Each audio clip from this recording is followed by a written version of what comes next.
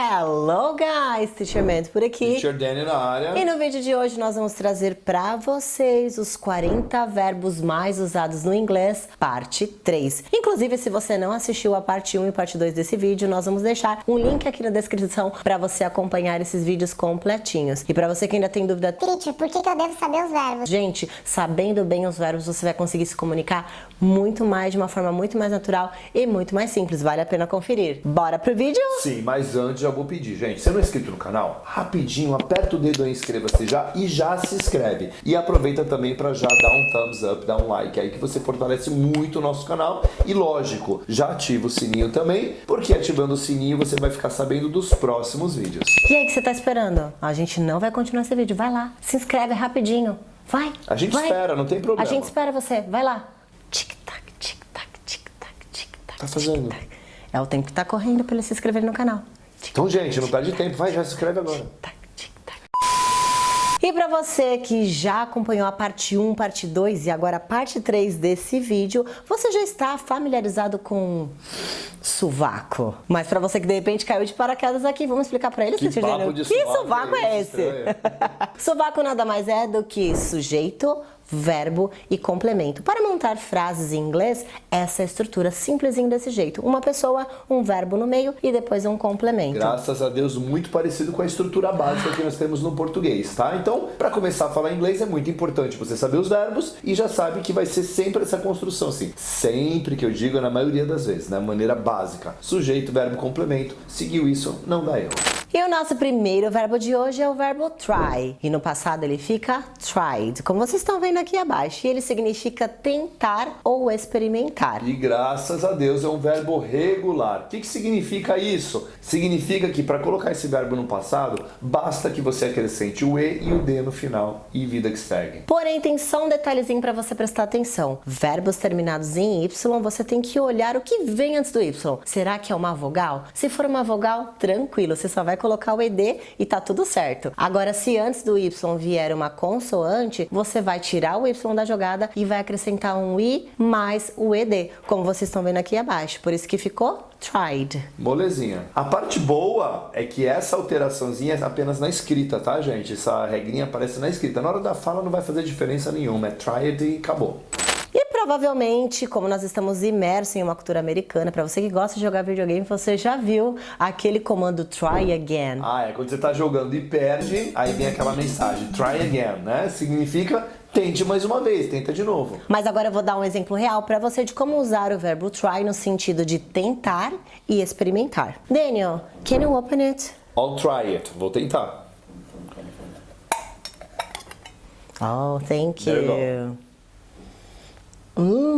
Eu acho que tá estragado. Can you try it? No, tá estragado, vou experimentar? Eu não, eu, hein? E o nosso segundo verbo de hoje é o verbo move. E no passado ele fica moved. Teacher, mas por que a gente não colocou um ED? A gente só colocou um D. Porque o próprio verbo já tem um ezinho no final. Então, simples desse jeito, a gente só acrescenta o D e ele já fica no passado. E o verbo move, ele traz esse sentido de mover de um lugar para o outro. E também a gente usa no sentido de se mudar. Imagina que estou morando em Santos e de repente me mudei para São Paulo. A gente usa nesse sentido também. Vamos dar um exemplo, Teacher Daniel? I moved to this apartment 5 years ago. Eu mudei para esse apartamento 5 anos atrás. E a gente quase falou junto. Opa!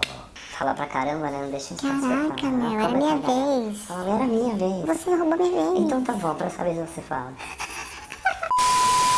Bom, e o nosso próximo verbo é o verbo happen, que no passado fica happened. Do jeitinho que vocês estão vendo aqui, coloca o ED, porém, muito cuidado, porque brasileiro raiz, pronunciando esse verbo no passado, tem a mania de falar happened. Não é para pronunciar o N, você vai falar happened, ok? Coloca só um Dzinho mudo no final. E, falando nisso, o verbo happen significa acontecer. Então, se eu quisesse, por exemplo, olhando para Amanda assim, vendo que ela tá com esse cabelo bem diferente, né? E eu quisesse perguntar para ela assim, Amanda, what happened to your hair? E aí é o que eu falo pra vocês, que não basta ser teacher, a gente tem que participar. Fizemos toda essa encenação só pra ensinar o verbo happen pra vocês, ok?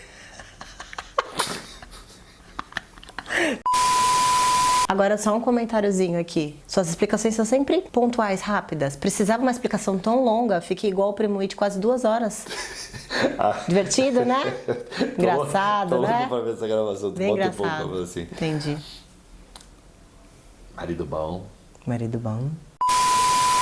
E o nosso próximo verbo de hoje é o verbo change. E no passado ele fica changed, como vocês estão vendo aqui. Graças a Deus, mais um verbo regular, ou seja, só acrescentar o ed no final e ele vira passado. Simples assim. E aí aquela regrinha, como ele já termina com E, a gente só desce um D e ele já tá no passado, simples desse jeito. E o verbo change significa mudar ou trocar. E eu vou dar um exemplo para vocês entenderem melhor como usar esse verbo. Sabe o que eu reparei recentemente? Que tínhamos uma foto no seu celular de capa, logo para impactar minha e sua. E aí eu percebi que você mudou a foto. E aí? Meu telefone e botei uma foto só minha. Ah, entendi. É isso que você vai responder para sua esposa? Lógico que não, vou botar de volta nessa foto. Eu vou trocar a foto atual pela antiga, que é, boa inclusive, resposta. até gosto mais. Né? Tá? Ou change it. I'm gonna change it. No sentido de eu vou mudar, eu vou trocar. E o nosso próximo verbo é o verbo ask. No passado ele fica asked. Mais um verbo regular, ou seja, só jogar o ed no passado. Molezinha. E o verbo ask, ele traz o sentido de perguntar ou pedir. Falando nisso, eu vou dar um exemplo real para vocês entenderem melhor. Daniel, can I ask a question? Pode fazer uma pergunta? Sure, ask away. Tô olhando ali na cozinha e tô vendo que a louça tá toda suja. Tem algo para me dizer? Sim. Actually, I asked Vitor to do the dishes. Na verdade, eu pedi pro Vitor lavar a louça. Entendi. Tá na moda agora passar bola, né? Cara de pau. Tá assim, na frente da câmera, assim, pra expor todo mundo. Que... Sim. Mulher boa. E o nosso próximo verbo é o verbo watch. E no passado ele fica watch it. Graças a Deus, mais um verbo regular. No final a gente só acrescenta o ed. E ele significa assistir. Daniel, what are you doing? I'm watching the game. A gente tá gravando, como assim? Achei que dava tempo, tava no intervalo rapidinho. Quando Para você com isso explica, agora, tá? não dá tempo de assistir nada agora. Bora pro vídeo. Sorry. E agora vamos trazer para vocês um verbo irregular, um verbo become, e no passado ele fica became. Olha que simples, a gente troca o a pelo e e já temos o passado dele, became. E ele traz esse sentido de tornar-se. Mas eu vou dar um exemplo agora para vocês entenderem melhor como fazer o uso desse verbo. Ah, sim. 25 anos atrás, I became a teacher. Eu me tornei um professor 25 anos atrás. Faz tempo, hein, querido? Já tem décadas. Pois. Entregando a idade, hein? Pois é, podia ter encurtado esse tempo, né? Mais tempo.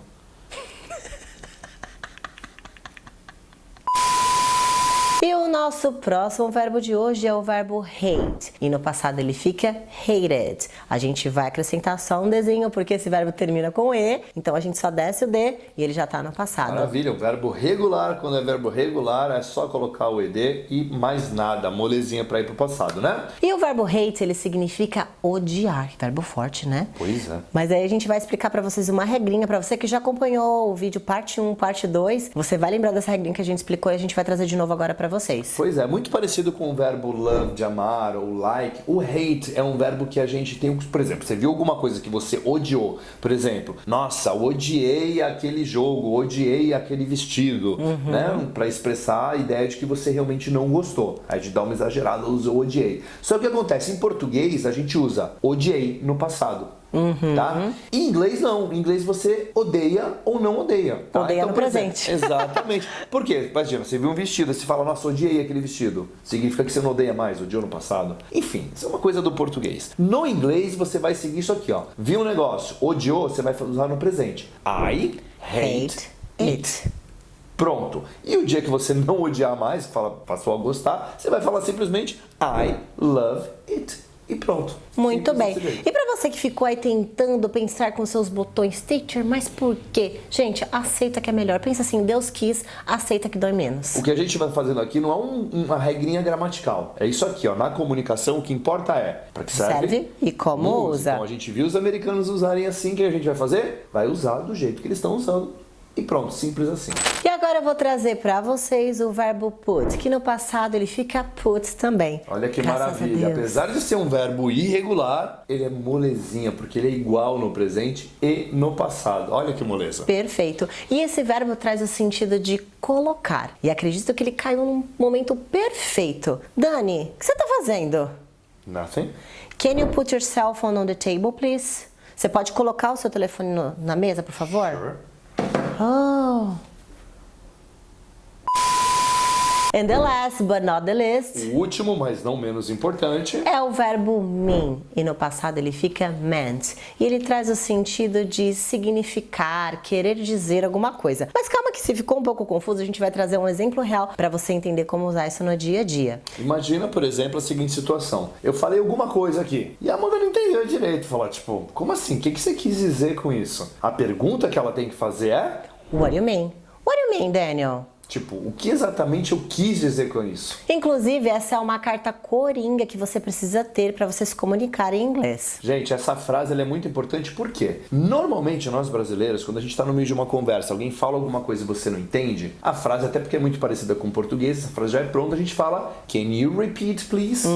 E tá tudo bem. Só que a pessoa vai fazer, ela vai repetir a mesma coisa que ela falou anteriormente. E a ideia é, se você já não entendeu da primeira vez, é muito provável que você não entenda da segunda. É verdade. Né? E às vezes, muitas vezes você até entendeu o que a pessoa falou, mas você não entendeu o mais importante, o que ela quis dizer. Então, a frase que você vai jogar agora é What do you mean? Porque ela vai trazer justamente o sentido de você pode me explicar melhor? Eu não entendi exatamente o que você quis dizer com o que você falou. E aí, com certeza, a pessoa que está conversando com você vai encontrar um outro jeitinho, uma outra forma de te explicar o que ela quis dizer.